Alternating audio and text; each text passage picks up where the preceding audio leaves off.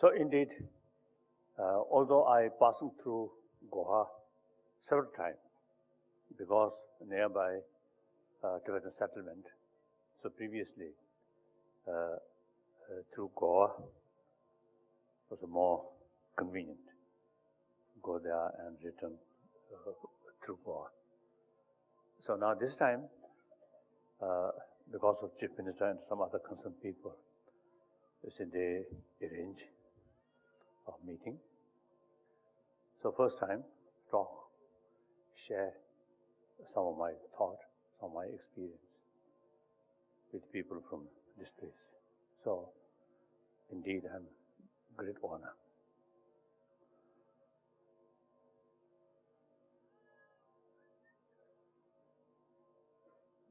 By nature,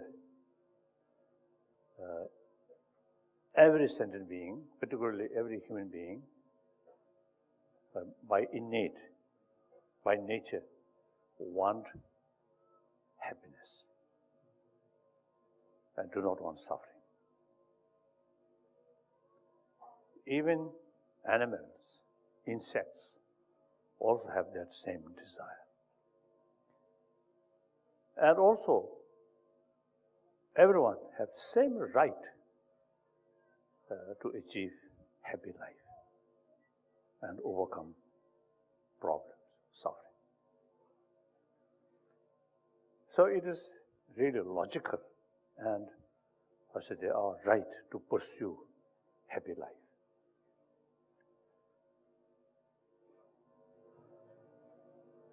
Now, the happiness, when I use the word happiness, is not mainly certain sort of satisfaction on physical, sensorial level, but mainly a deeper mental level. So there's some kind of, not necessarily feeling of pleasure, but some kind of feeling of satisfaction. That I usually refer as a happiness. So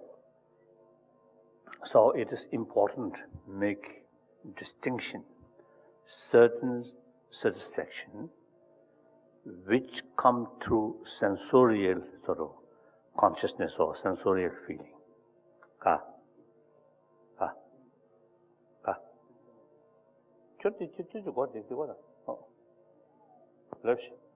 Through sensorial inputs.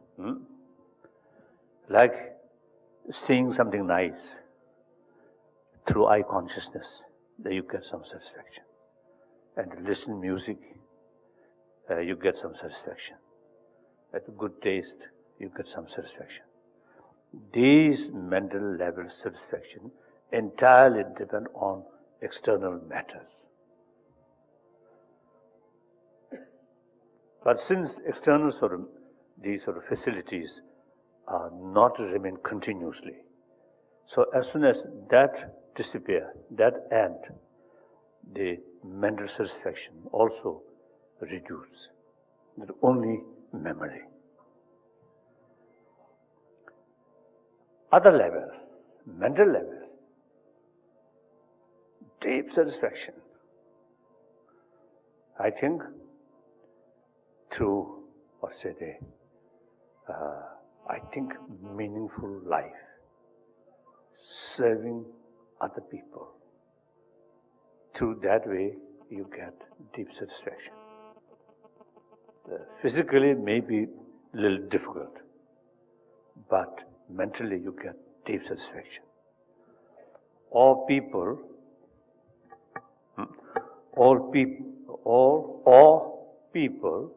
who have faith towards God, tremendous faith, that also brings deep inner satisfaction. Then also practice of some meditation, that also brings inner deep satisfaction. These satisfaction not relying or not depend on external facility or external matters. And deep satisfaction out of mental thinking, that more duration, more durable. So now here, I think this is the.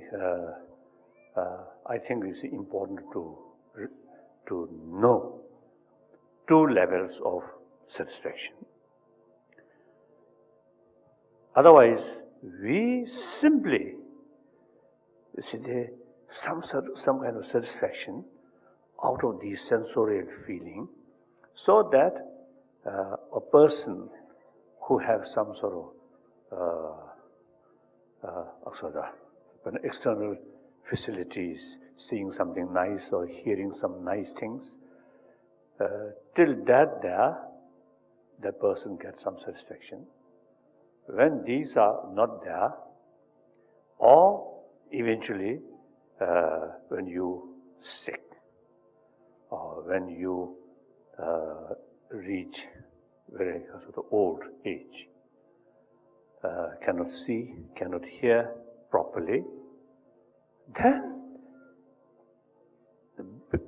because that person lack of experience certain sort of deep satisfaction through mental level, only depend on external matters, then that person really finds difficult, boring, really boring. I noticed, I think everybody noticed, in some tourist sort of spots, some old people, some retired people go there. These people, in their own home, sitting, then they really feel boring. A difficult time passes. Get some experience of deeper level of satisfaction, then remain like hermit life. You get tremendous sort of satisfaction, happiness. So because lack of sort of that, because of the understanding about a deeper level of satisfaction, people everywhere rushing material development, material values. Only count money, wealth, power, fame, all superficial sort of sources of happiness, not genuine. I often say, telling people, those sort of rich people, or rich or any people, you see, who wear some sort of rings, even some high cost rings, if you get some, oh, I have nice ring, you get some satisfaction. In deeper level, if you kiss that ring, no matter because of expensive, that ring no capacity to respond to your affection.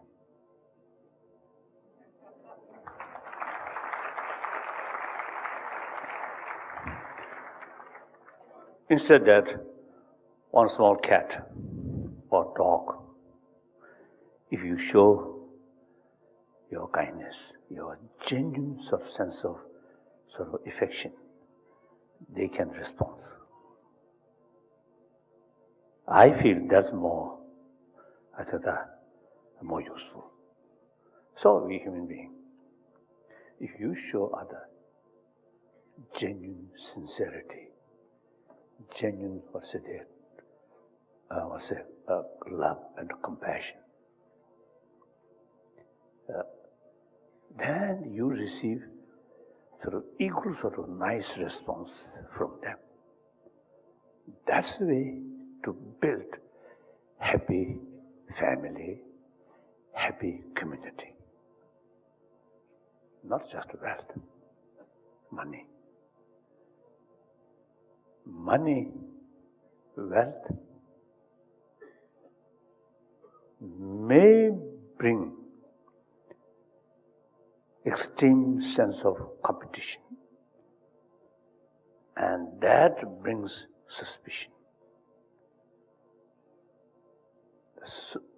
As soon as some kind of destructive competition feeling develops, then you immediately feel something a little bit distance. That creates suspicion, doubt.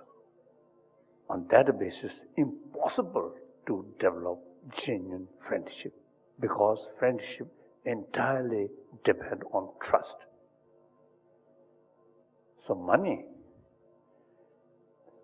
I think, of course, if you use properly, then okay, less danger. Otherwise, just think money alone, think material value alone, then there is real danger to diminish basic human values.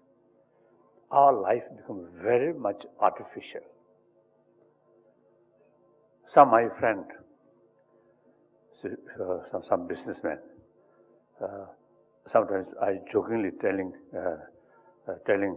them, you are slave of money, running here and there, always think money. They themselves not necessarily very happy when we sit together. Often, as a urintani, what's it? Sigh. Right? Yes, sigh. Often I notice like that, looks not very happy. Some kind of anxiety, too much sort of what's it?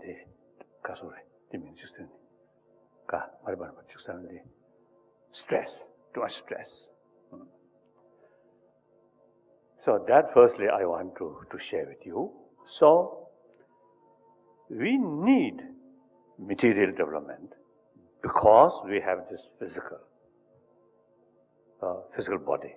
So therefore, for physical comfort, material facilities are highly necessary. So material development also very important. With help of technology and science, really marvelous, very good. But if we put all our hope on material value and modern science and technology, I'm not very sure we human beings will truly become peaceful and happy people. Look, 20th century.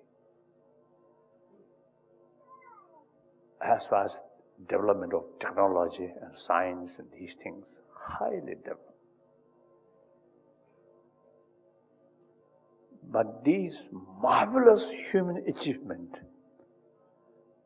also becoming additional sort of causes of destruction, suffering, fear. I often tell you, say, at a scientific meeting, science and technology is really great achievement, human being, human intelligence. But unfortunately, sometimes these achievements becoming additional destructive forces. So therefore, the 20th century, according to some historian, 20th century, within 20th century, over 200 millions of people killed through violence. All the violence is part of human history. But the destructive power is much increased. Therefore, the more people, more casualty, like that. So now, we should not neglect about our inner values. Now that I really feel very important. Now, as I mentioned before, I myself, at the age of 16, I lost my freedom. At age 24, I lost my own country. and last now more than 51 years, constant sort of heartbreaking news. Of course, some positive news also there, but largely some sad news come. And on top of that, almost entire Tibetan population, inside as well as outside, as it put a lot of trust and hope on me. So I have some kind of special sort of moral responsibility feeling, but the situation is helpless. But I never touch tranquilizer.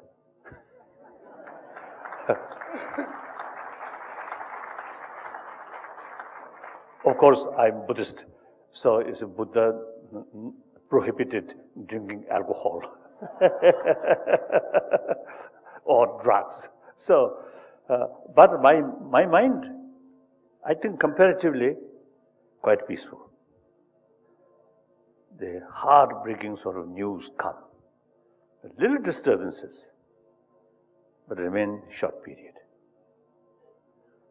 The deeper emotional level, I can keep my calmness, calm mind.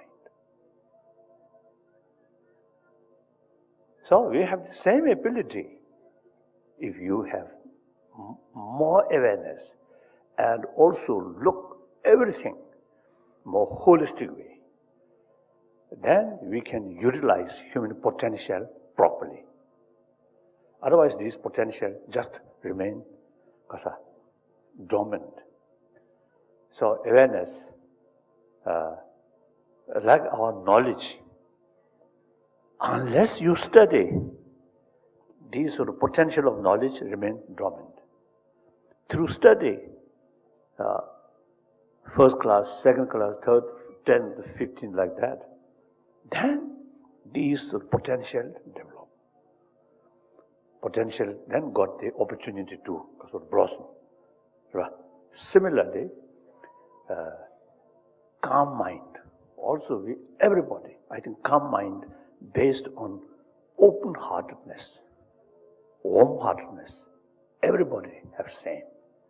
So long we're born from mother, and so long we experience tremendous mother's affection. We have same potential. So, that I want to share with you. So then these inner sort of quality or inner sort of human value, in order to develop that, I feel three ways. Number one, theistic religious faith. Believe God, Creator. God, in the sense, infinite love, compassion. And consider God as our own Father. This very life created by God. So it's a tremendous sort of closeness feeling with God. That God's own nature is infinite love. So then naturally, there's more willingness to practice love, compassion. That brings automatically sense of tolerance, patience, and also self-discipline. These automatically come. That's one way to promote this inner value. The second, non-theistic religious tradition, such as Jainism, mainly Jainism and Buddhism. No concept of creator, but ultimately self-creation. So matters, worlds, physicals, very similar Darwinian theory. Just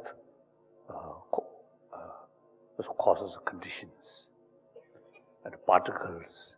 You see there, more combination, more sort of Niburamenda. Their soil is Niburamenda.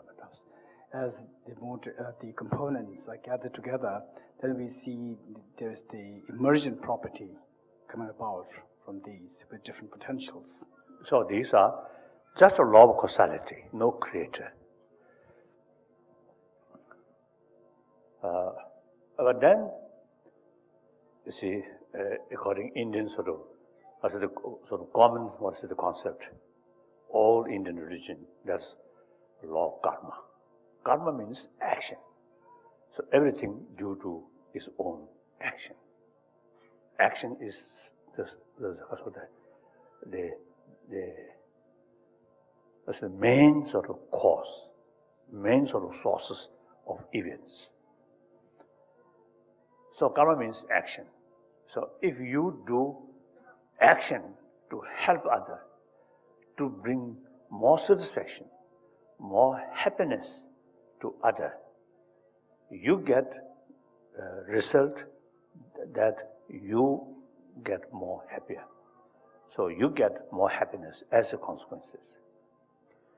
If you carry action to harm others, to bring some pains on others, like killing, stealing, or rape, telling lie, so on, some uncomfortable, some sort of pains brought on others. From that action, you get negative consequences.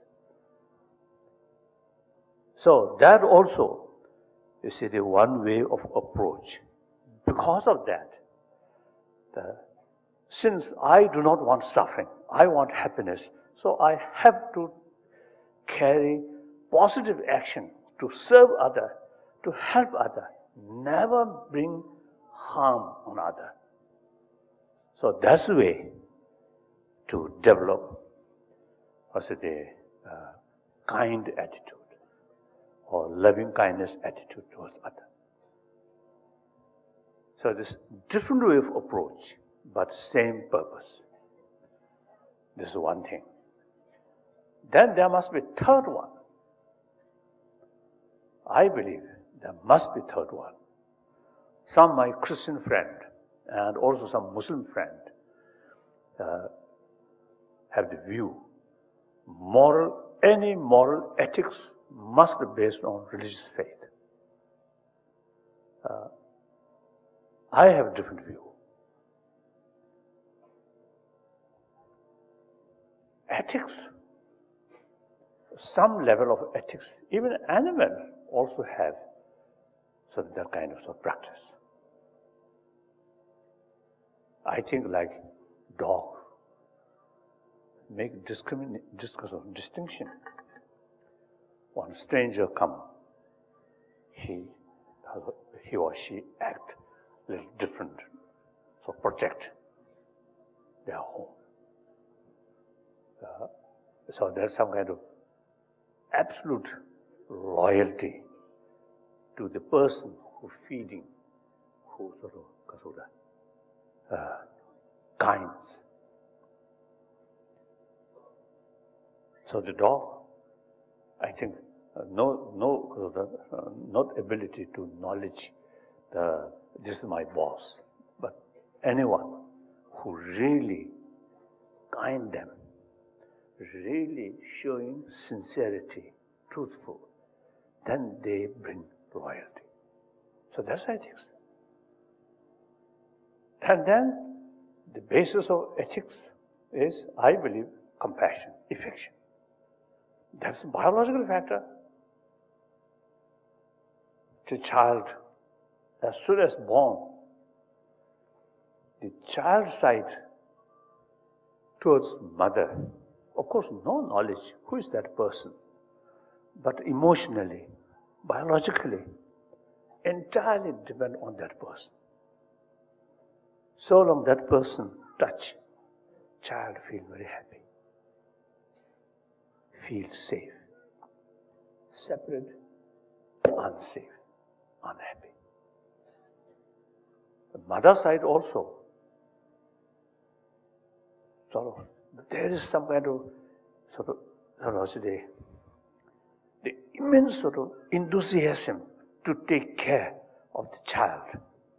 That enthusiasm brought by love. There is also biological factor. Even animal mother really willing to sacrifice her own life in order to save on their youngster.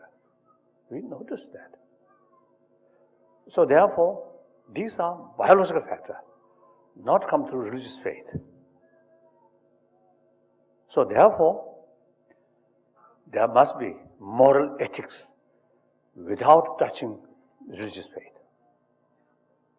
So that I usually describe secular ethics. Because of India's reality is so many different faiths here. So if you take the ground of ethics, one religious faith, then what faith? There are complications there. So when India's forefather were, the nation's father like Gandhiji, Rajendra Prasad, and also Dr. Ambedkar, these great lawyers, great scholars, when they drafting India's constitution, they felt, according to India's reality, secularism is fit, suitable to this country. So according Indian concept of secularism does not mean disrespect of religion, but respect all religions. No preference, this religion or that religion. According to my close friend, Dr. Advani, once he told me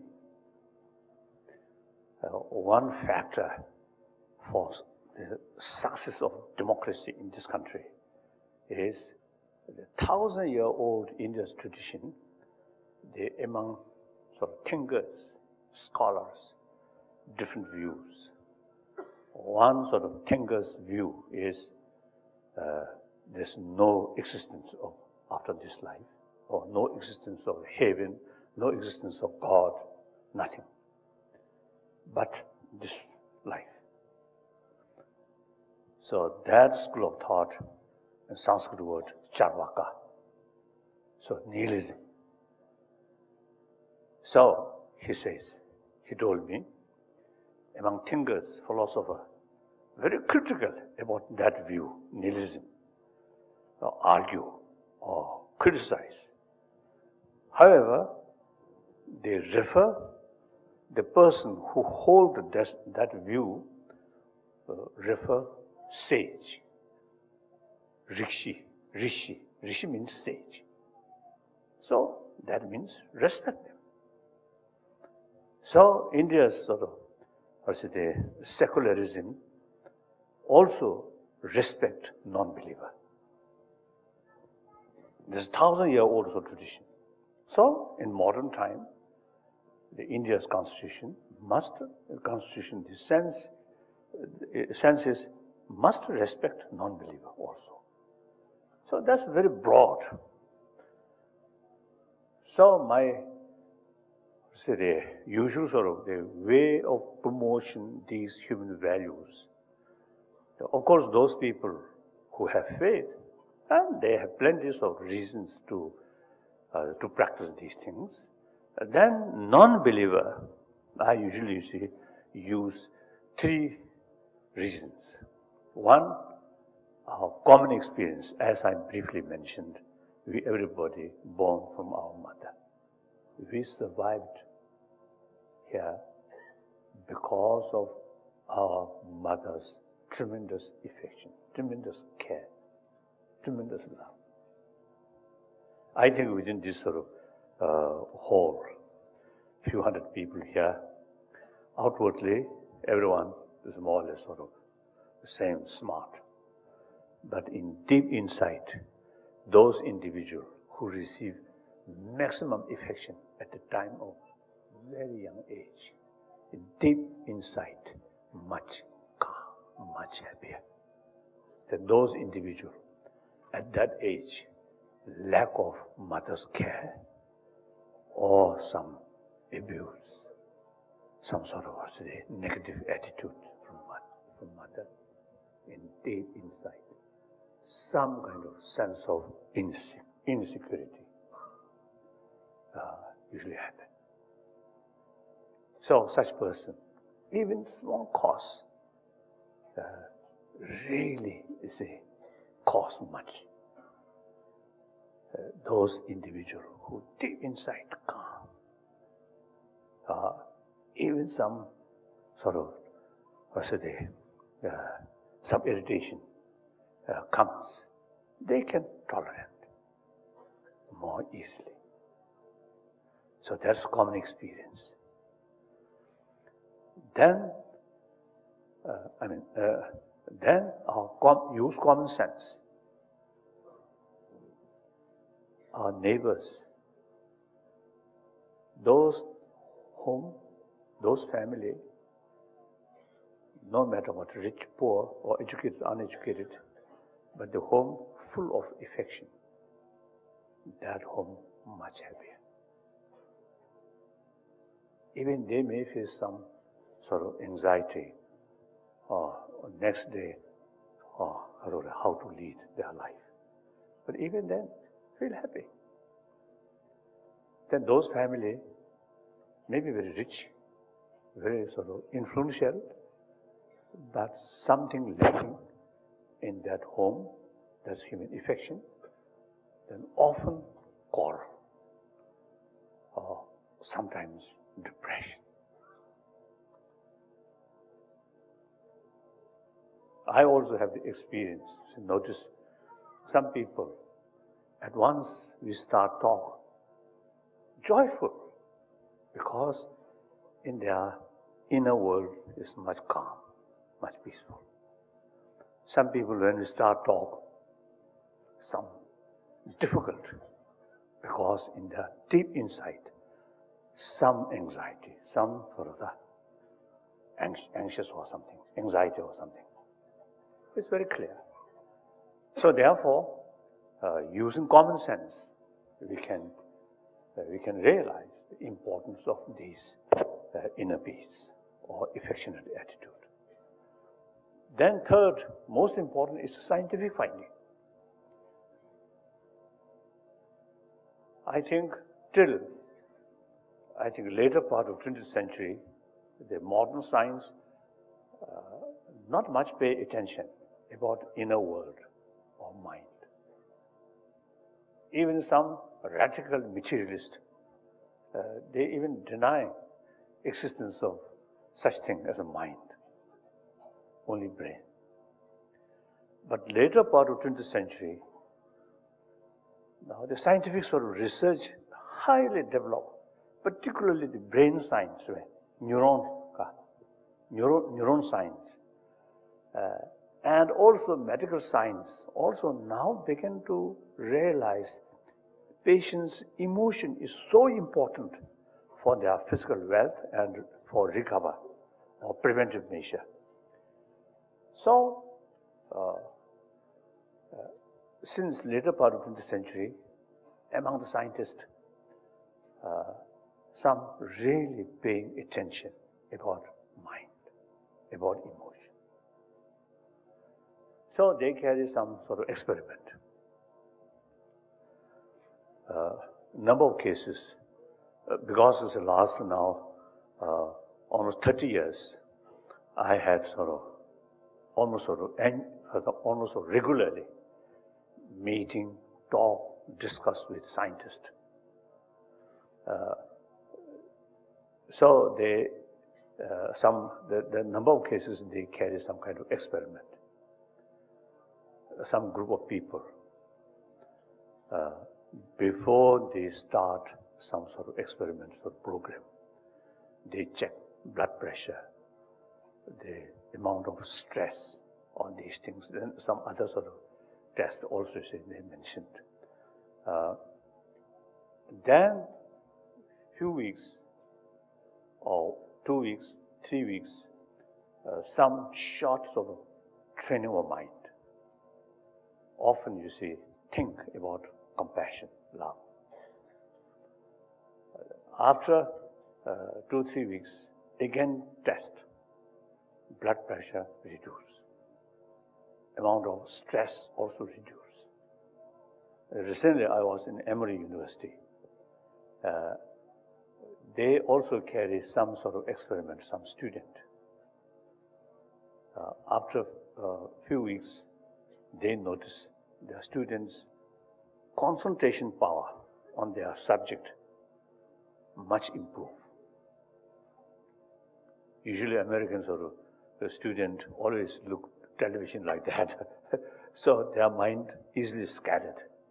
So their concentration power improve. The sharpness of their mind also improve. Then their social sort of contact with other sort of fellow student also improve. So as a result, individual student become much happier.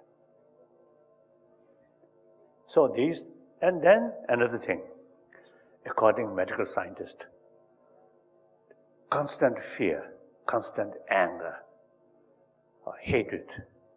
Actually, some scientists say, they're eating our immune system. Very bad for health.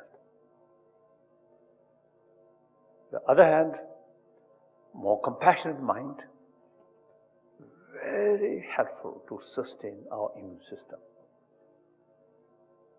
And for recovery, speedy recovery, also you see very much depend on calm mind. So one occasion, one doctor mentioned, two sort of guinea pigs, both some injuries. One guinea pig with another guinea pig, one put alone. So the other one, who have another guinea pig sort of companion, that again is a biological factor. The guinea pig, you see, licking that wounded one. So the recovery, that guinea pig who receive constantly others' affection, much faster recovery. They found. And then also I have one sort of story or one sort of presentation, one scientist, medical scientist, one occasion in, I think, Columbia University or something, in his sort of report or presentation, according to his sort of experiment, those people who often express the word I, my, me, these people have greater chance of heart attack.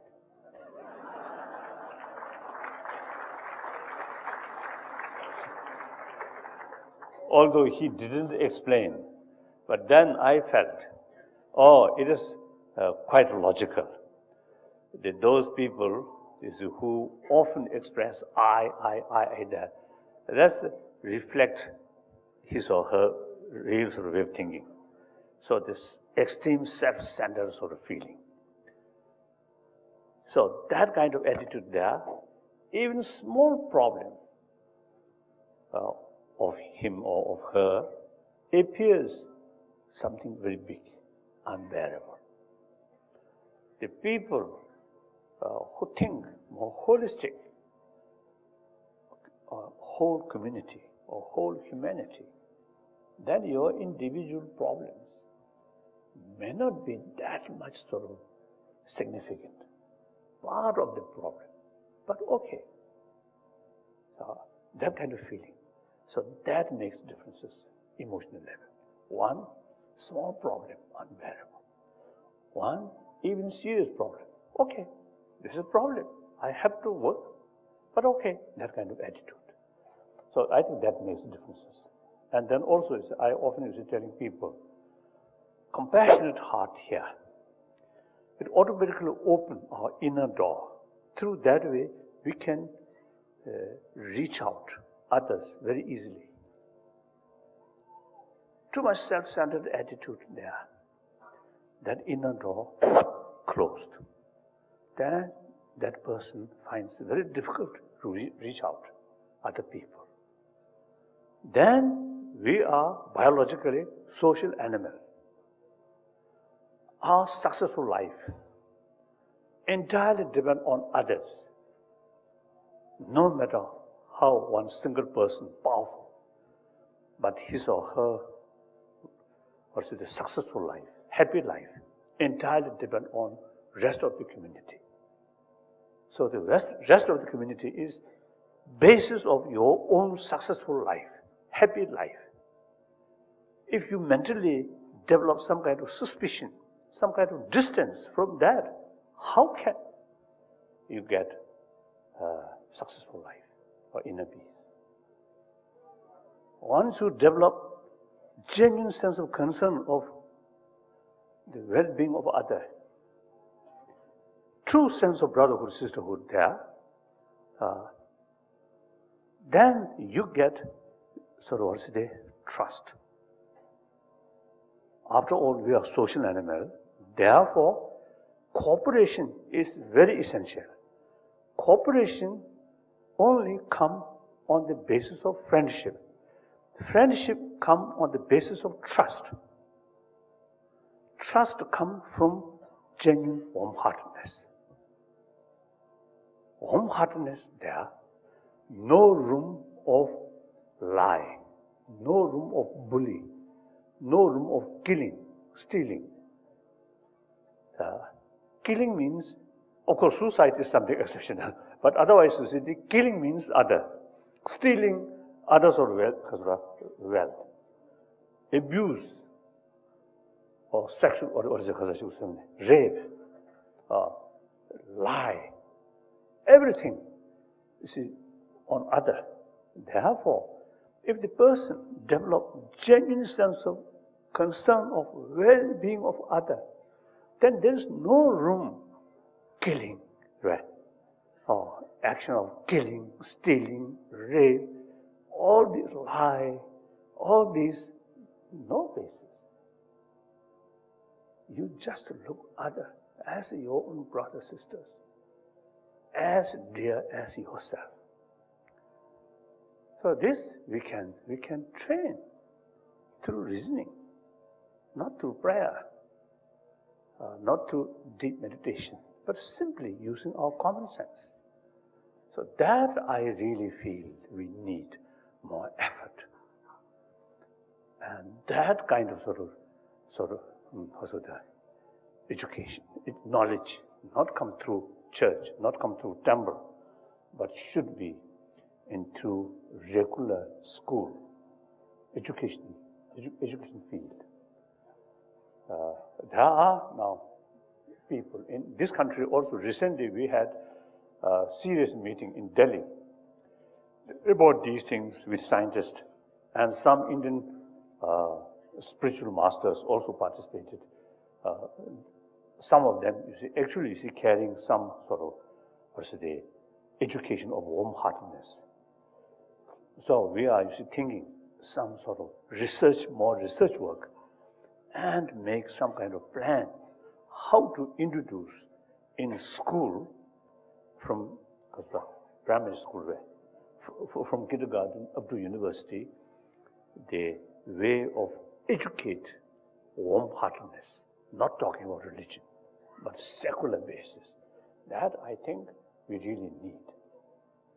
So after all, the very purpose of education is try to reduce gap, appearance and reality. In order to our sort of way of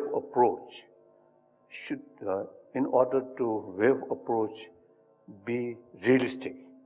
So the education purpose is try to know the reality. So that reduce gap, appearance and reality.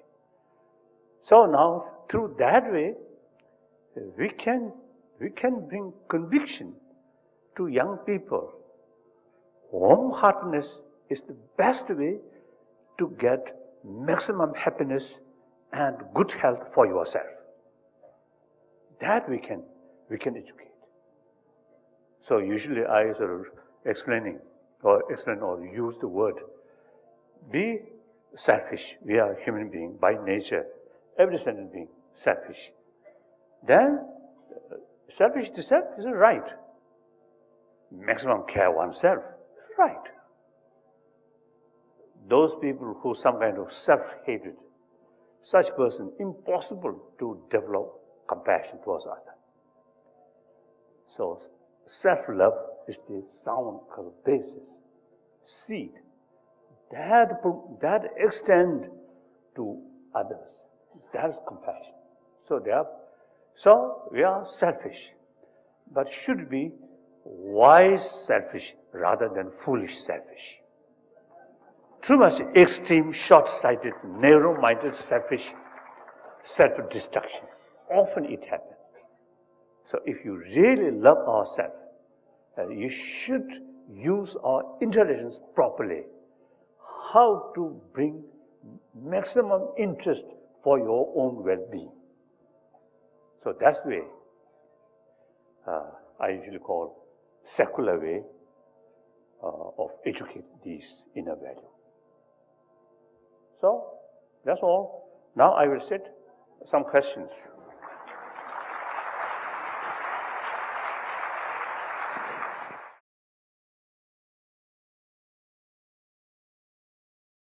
Sir, I have a very simple question. I don't know whether it's logical, right or wrong. I would like to know what is the purpose of life. And second thing, whether you believe in destiny and what's the role of destiny in human life. Purpose of our life.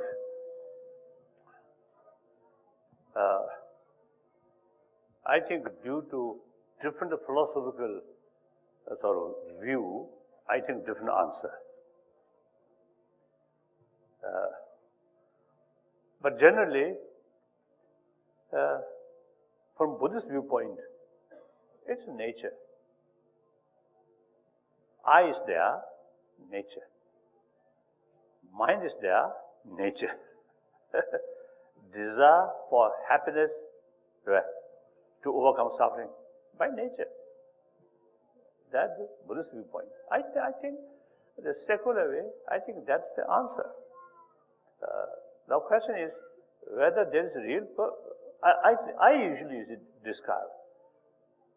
Very purpose of our life is for happiness. This I believe.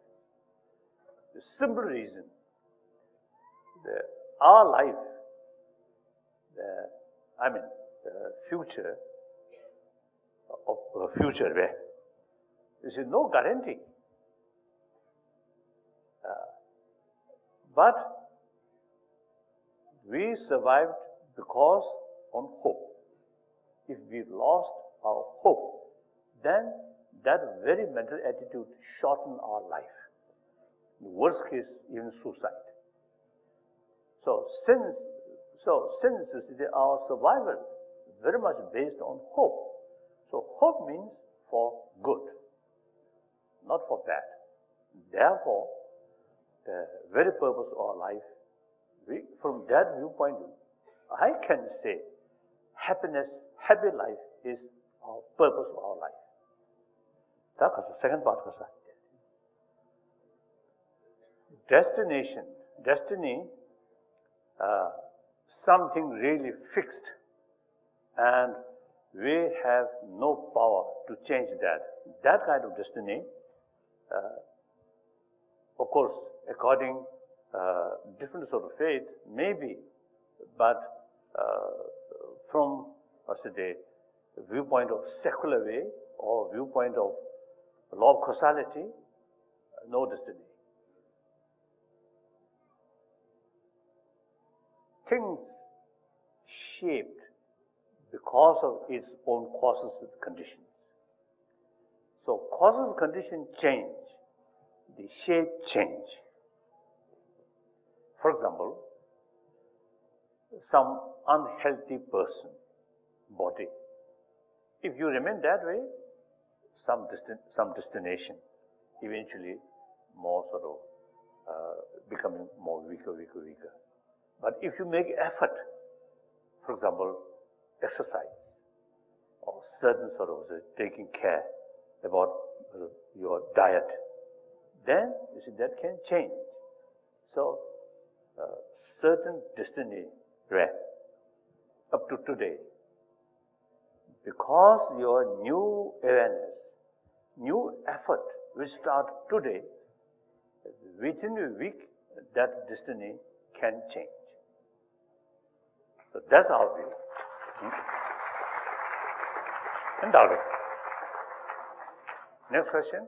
Sir, will you please tell us how we can free from hatred, aversion and craving? Will you please also focus some light on Zen? Kodo. Where? Oh, here. Oh, yes. Hatred, Kosa.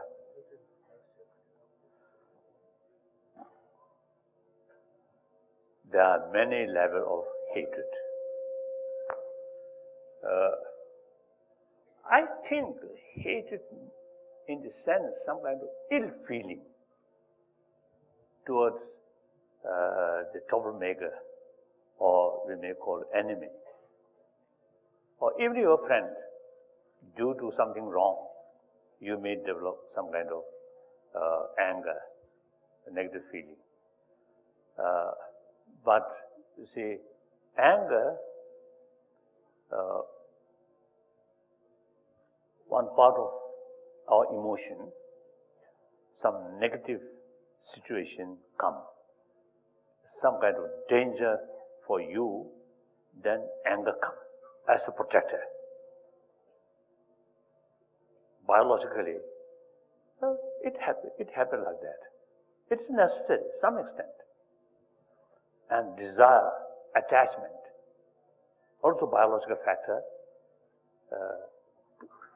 acquire to bring the positive thing for your survival. Anger expel thing which harm for your survival. Now, hatred, in the sense, you see, because of some anger, then that brings some kind of inner sort of negative emotion, which then remain for a longer period, some kind of ill feeling towards that. That I think, now for example, my own sort of case, hatred, I think almost none. Anger quite often comes. If some people are doing something wrong, oh, I lost my temper.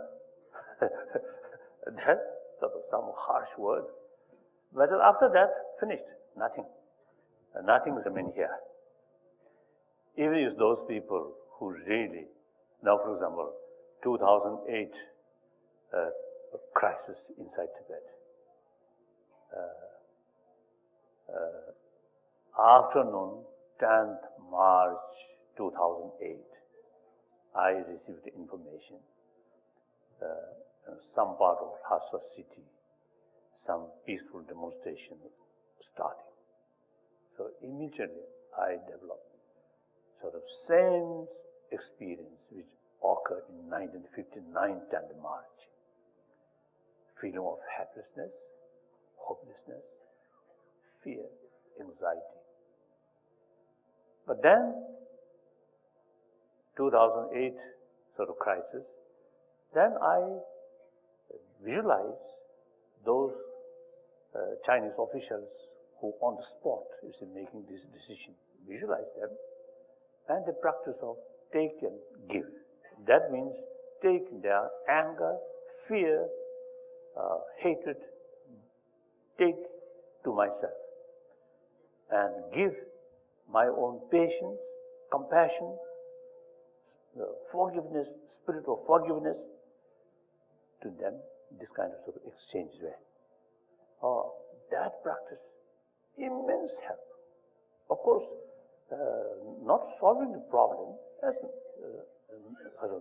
no effect, but in order to keep my mental level peace, that practice is immensely useful.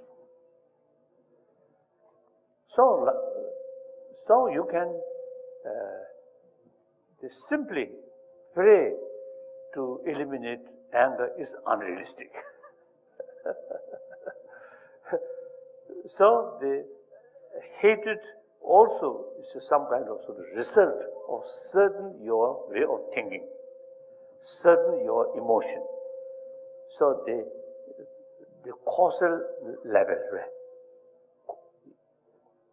The Buddhist psychology, you see, when we deal with negative emotion, when negative emotion is fully developed, difficult to control. So the proper way is the initial stage, such as hatred, not fully developed, but about to develop. That is the time you deal with that. Usually it is, say, irritation, immediate. Unpleasant feeling. That is the source or ground of anger. Then anger develops hatred. So therefore, unpleasant sort of feeling, about unpleasant feeling develop. That time, think more about, you say, what use if you fully develop anger? The anger alone eliminate that problem?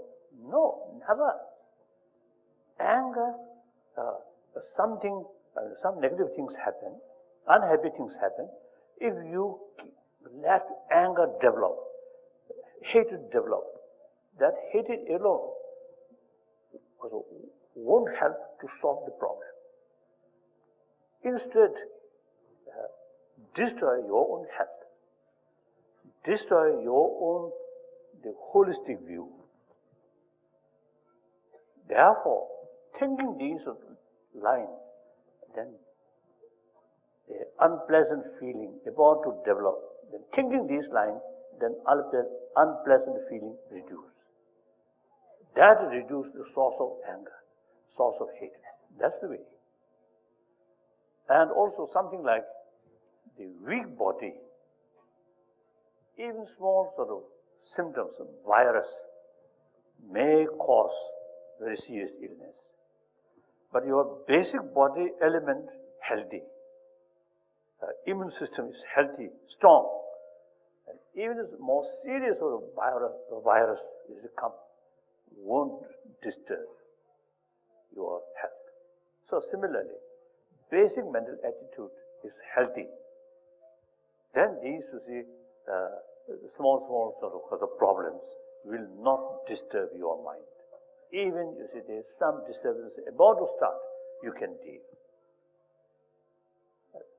Through practice,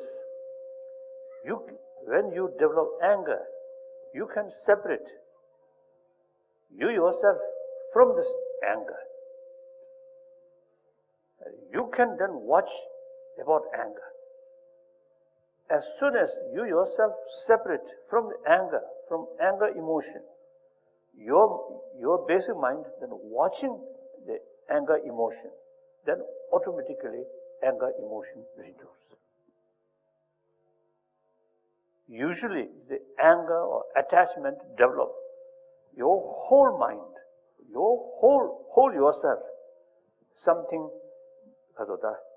unified, that anger or attachment. Then difficult to tackle, like that.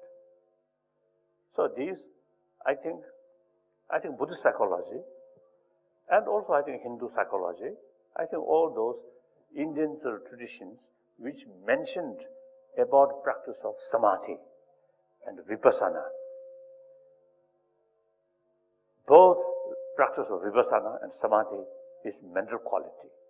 So naturally, more explanation about mind, how to sort of tackle about mind is there.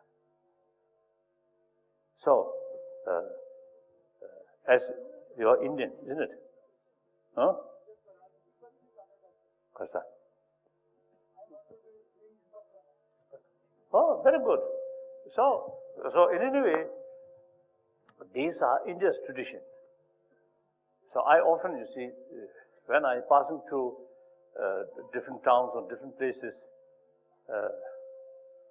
I found many sort of, what's it, temples, Hindu temples or Shiva Lingam or what's it, Durga or like that, or Vishnu, or Ganesh, and also Lord Shivaji. And then I often feel maybe better, more construction about small library, where the follower of Hinduism or Buddhism or Jainism can study and occasionally discuss, rather than just one statue and go like that. I often is telling Tibetan and also some Chinese, they fond to make Buddha statue. I often telling them, I'm Buddhist. I have deep sort of admiration and respect to Buddha. But Buddha statue never speak.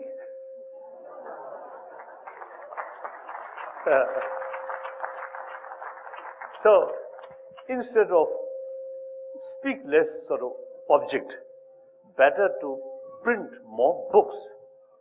That's more important.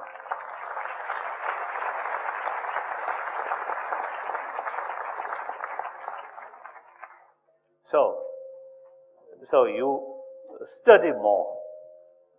All this information in this country last almost 3,000 years. This information already there. So now what's lacking? Now about billion Indians, I think ordinary Indian, many of them very faithful, religious minded, but never pay sufficient attention, study. That is a mistake.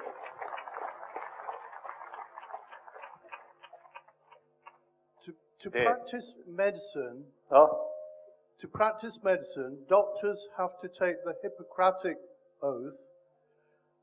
Is there a particular public oath that you would suggest politicians actually adopt universally? Karsa. Doctor. Ka.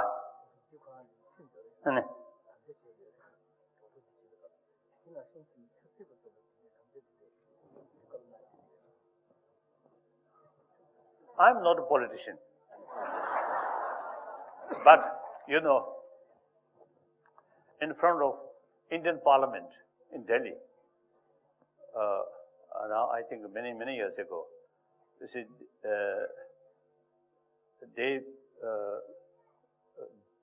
constructed one Gandhiji's huge statue in front of Parliament. So the opening ceremony or something, I also there. So I just express the parliamentarians, those politicians, when passing through Gandhi's statue, they must remember about Gandhi's truthfulness.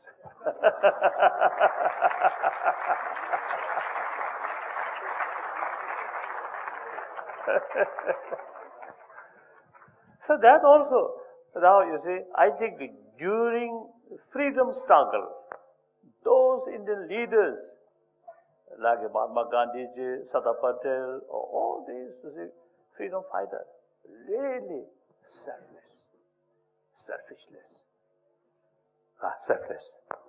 and fearless. They really carry their work honestly, truthfully.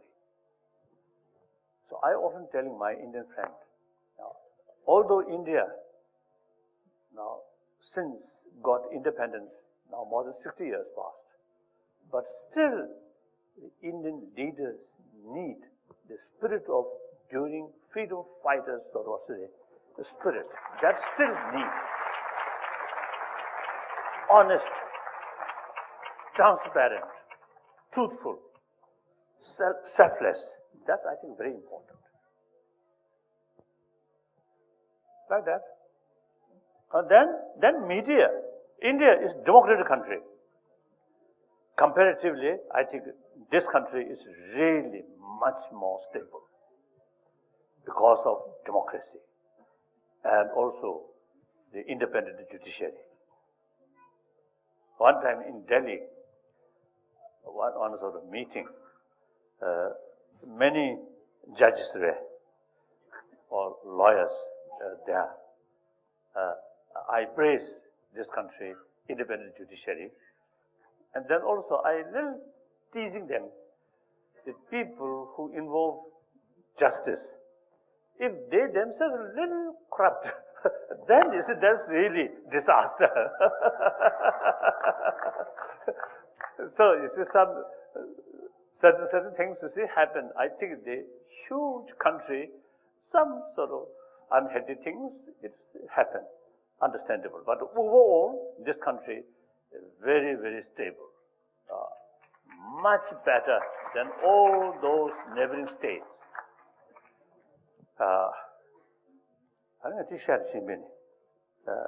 So still, you see, we need more effort. And also, I often is telling Indians or media people, not only in India, but also you see everywhere. Whenever I met some media people, I'm always telling them, you media people in modern society, in particular a democratic country, media people have very, very important role. Firstly, as I mentioned earlier, these basic human values, the secular ethics, and religious harmony, in these matter, media people have important role to teach public, not only just as news, but these basic sort of human values are very, very important. Then second, the media people have special role to check. So media people should have long nose, as long as elephant nose. Now, then smell everywhere. In front, like me here, very nice. But very important to smell what is behind, what is going on behind. That's very important. So, the religious people like myself and a politician like Chief Minister or some member of parliament or in some businessman, some sort of public sort of social workers, and media themselves also, you see, should check you're really carrying your work sincerely or not. Very important. So then, make clear to the public what is really going on. That's very important. Because it's now China, because lack of freedom of media, so a lot of corruption there. So one, lack of independent judiciary, and second, no free information. So therefore, these people who have power, then they are quite free hand. So in the free countries, wherever I met, you see, the media people, you should investigate what's going on thoroughly, and then inform the public honestly, truthfully, unbiasedly. That's very important.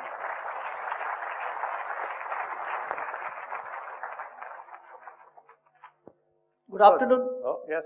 Good afternoon, sir. Here. Kodo. I'm here. I'll come in front if you want to see me.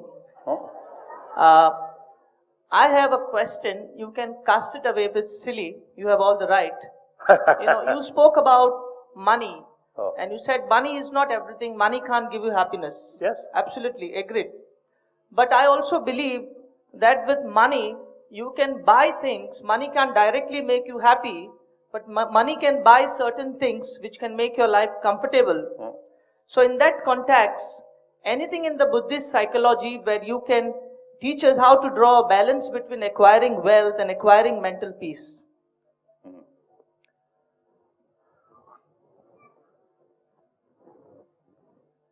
If you use common sense properly, we have this physical, this body.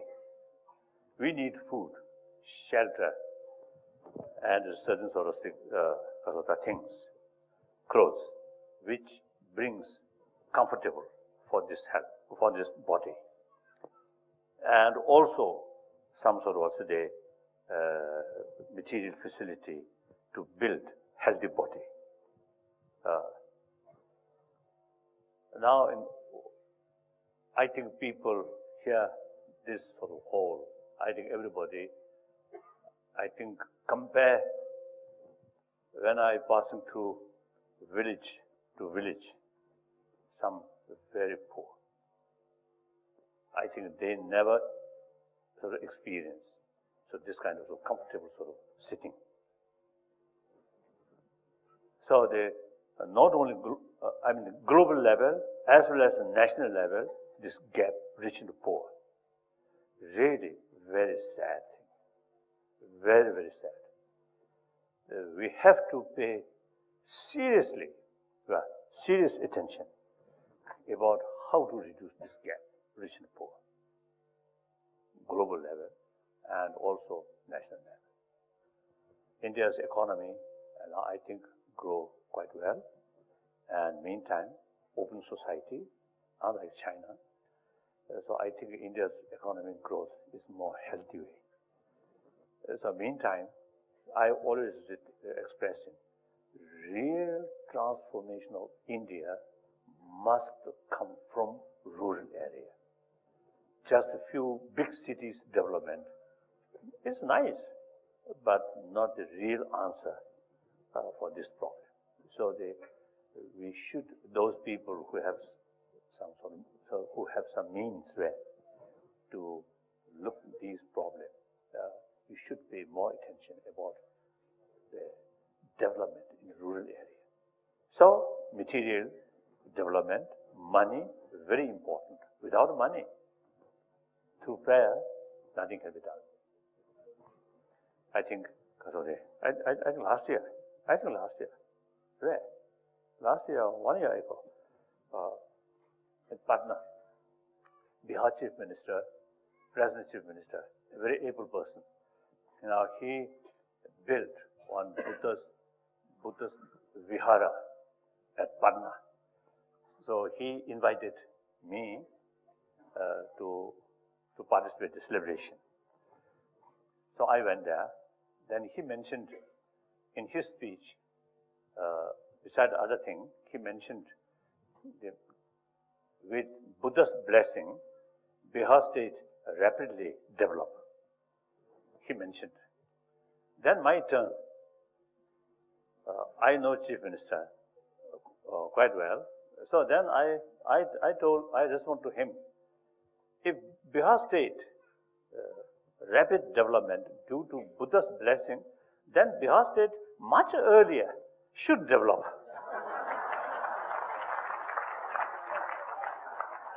Last 2,500 years, Buddha's blessing already there.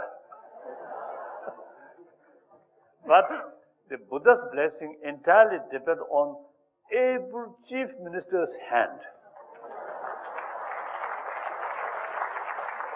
So again, this shows Buddha's blessing not sufficient.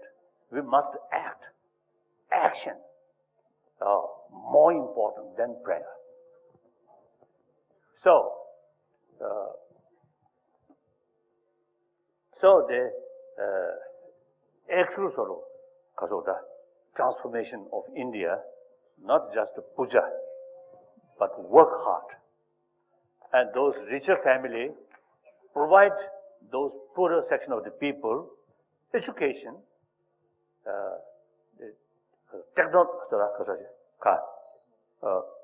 technology skill. And a few days ago, I was in Mongot. See, I think more than two decades ago, I think more than 20, 30 years ago, one local people, you see, they are thinking to set up one technology sort of training. So then I donated 100,000, 1 million, 10 million, 1 crore.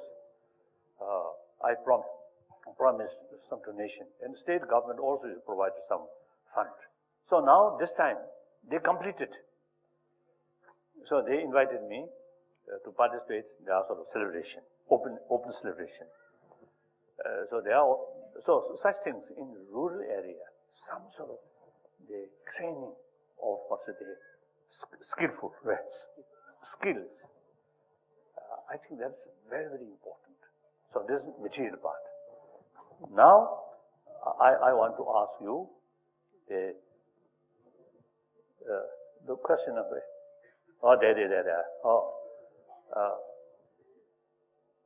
do you have experience of mental level, not physical level, but mental level, sometimes happy mood, sometimes bad mood? Do you experience that? Oh. So when you have some kind of bad mood, and if you carry some sort of bunch of 1,000 rupees, 1,000 rupees of notes, then shouting those big shops, big market, I want to buy peaceful mind.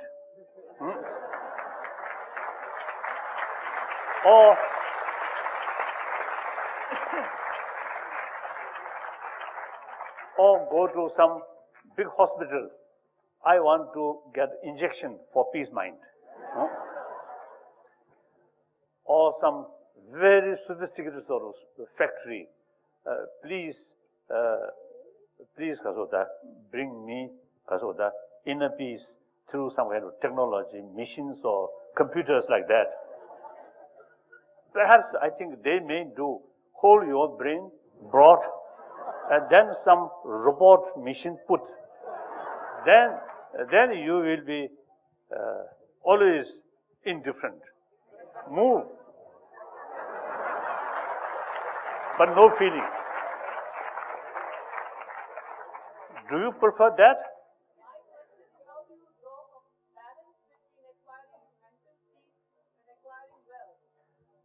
So I'm telling that. So therefore, now it is quite obvious. Physical comfort through money we can make. Peace of mind you cannot make by money. Peace of mind also equally important, even for health, very important. So since money cannot bring peace of mind, there must be some other sort of technique, some other ways. So obviously, anyone who have this mind or this physical, so obviously we need both. So use material facility, but not worship material value. Realize there is limitation because of the money value or material value.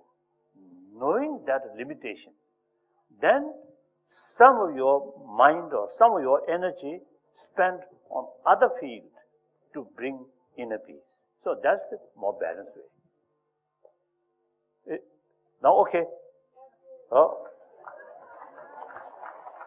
So your question is not a silly question. Very good question. Thank you. Next. Sir, Your Holiness, thank you very much for your presence in Goa and India. My question actually is about that. It seems over the course of the last few months, there are some worrying kind of signs, trends in the media recently over the issue of the Lama who had some funds.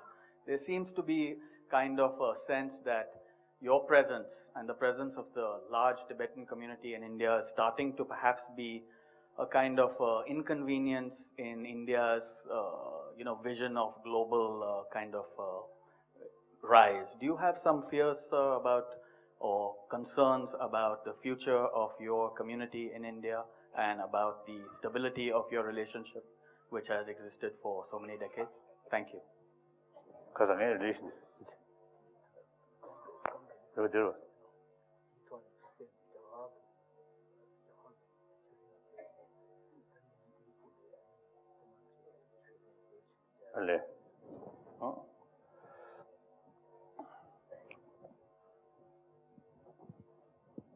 Our relation,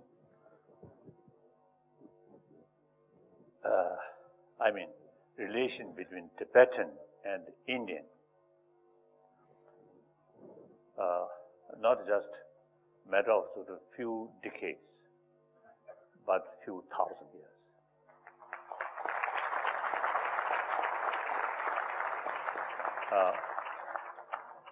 I always describe our relation is relation between Guru and Chela.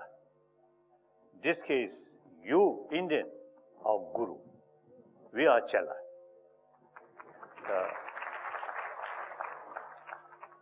For example, since 7th century, 8th century, Buddha Dharma brought to Tibet, flourished Tibet. Then whole Tibetan way of life changed.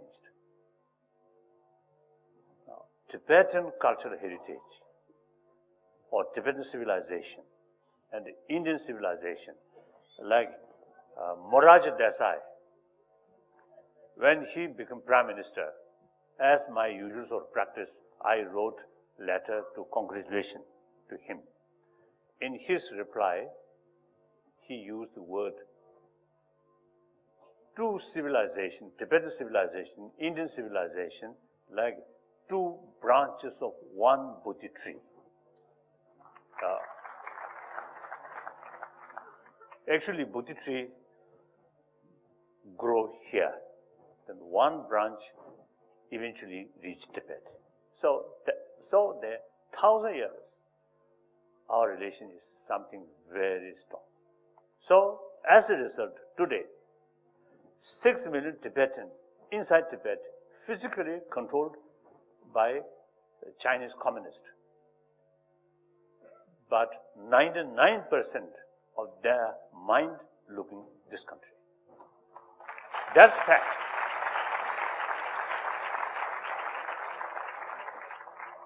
My own relation with India, 1956,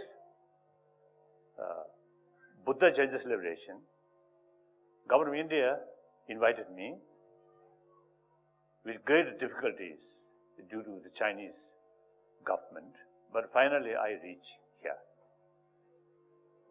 We developed some special sort of relations, particularly with Pandit Nehru, and then first Indian President, Dr. Rajendra Prasad.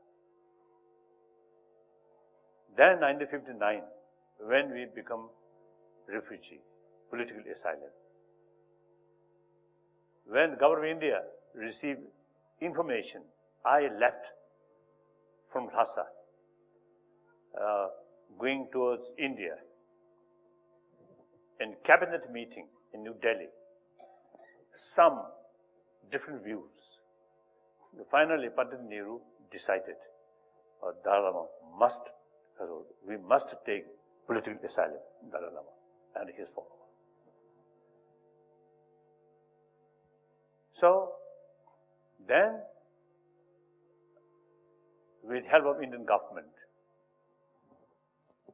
Tibetan school, separate Tibetan school started. And then also the Tibetan resettlement in different provinces, particularly in Karnataka state. These was a settlement established. Now after 51 years, Tibetan refugee community quite well settled. So that's the basic sort of relations with this country. 1,000-year-old sort of relations Then recent, about the 51 years sort of relations like that. And then geographically, Indian border with Tibet, not China proper. Before 1950, no single Indian Juan in these 1,000 miles of border. After 59, after 50,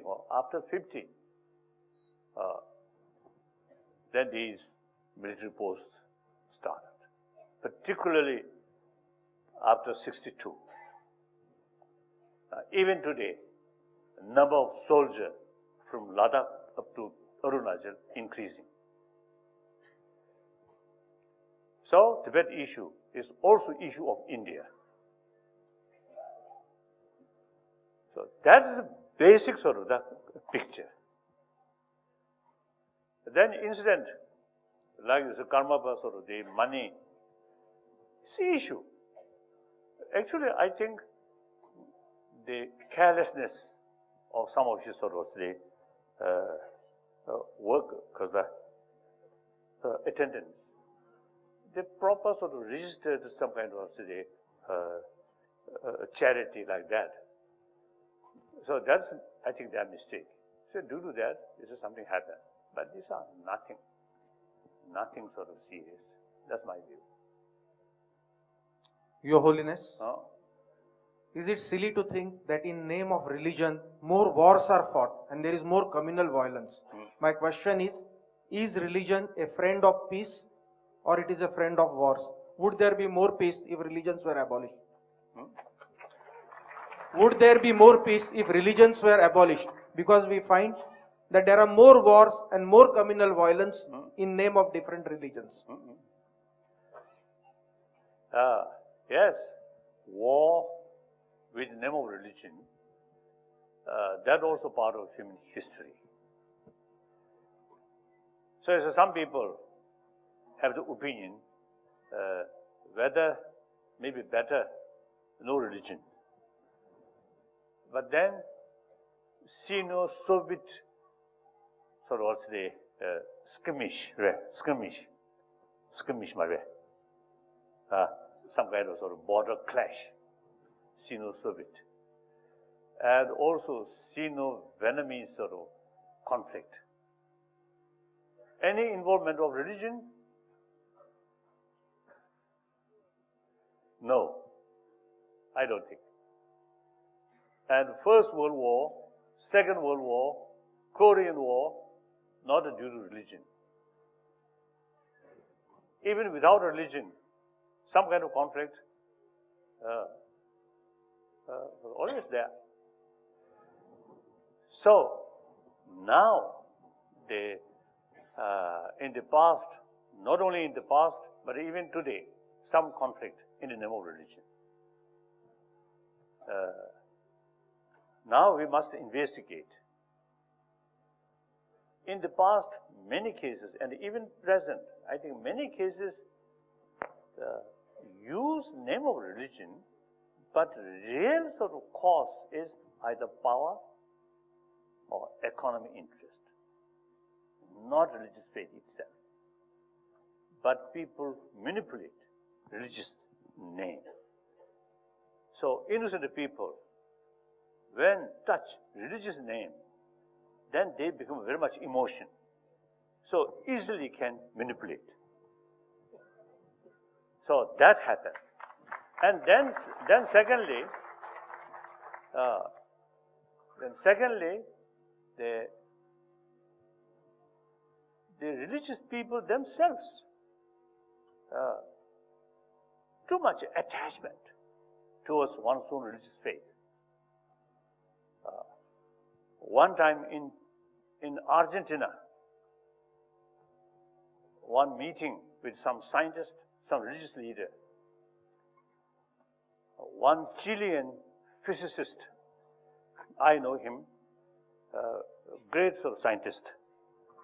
He mentioned at the meeting, he, a scientist, physicist, but he should not develop attachment towards his own scientific field. That's the point. I'm Buddhist. I should not develop attachment towards Buddhism. Because when I develop attachment, my mind biased. With biased mind, I cannot see the reality. So, any religious follower, too much attachment, their religion, then their mental thinking is fanatic.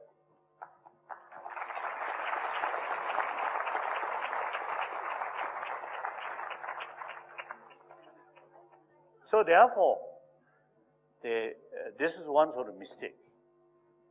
And like I think, as I mentioned earlier, you see many Hindus, ordinary Hindus, I think they really feel, I'm Hindu.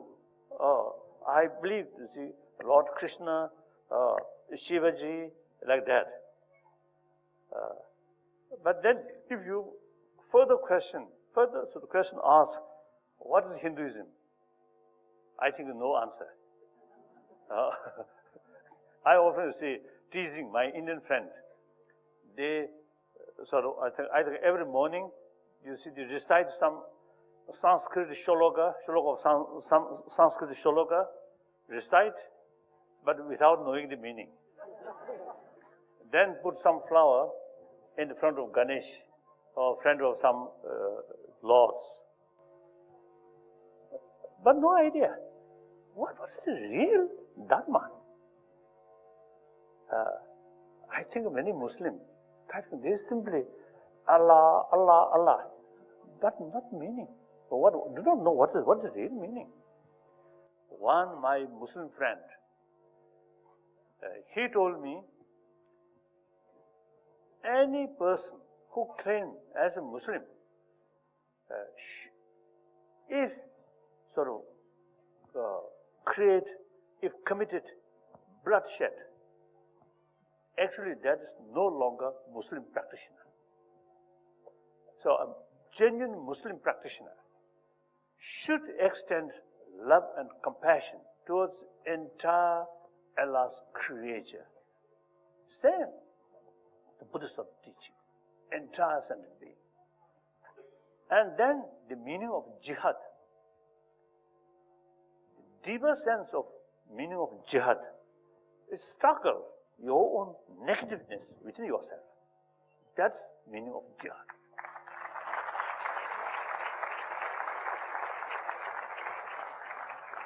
So these, I think those Muslim, those people who come from Muslim community doing certain sort of, including terrorism, these are actually not know what's the real teaching of Quran. And then they develop attachment without knowing the meaning. So these problems start. Among Tibetan Buddhists also, some are quite fanatic. One group in Mongol, you see, they actually, you see, against me.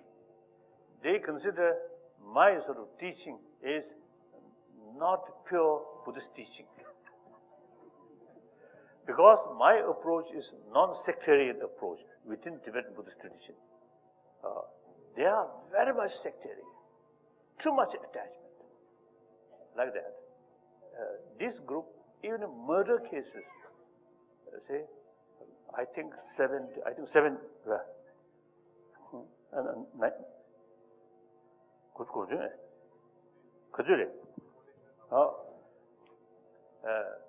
1997, 3 murders is the case, just beside my residence.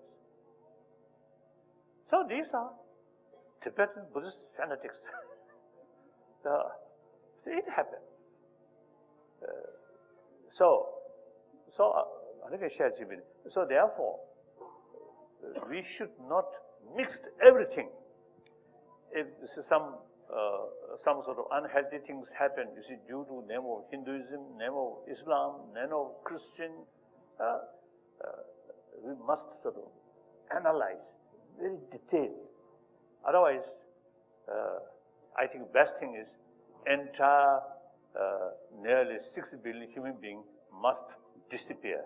Then genuine world peace come.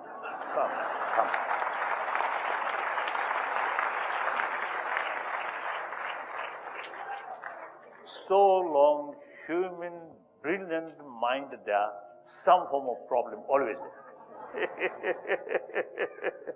So I think we must pray to God, ultimate creator. So pray to God. Now please, time come, entire world should disappear. That also silly. I think much better. This marvelous intelligence remain there and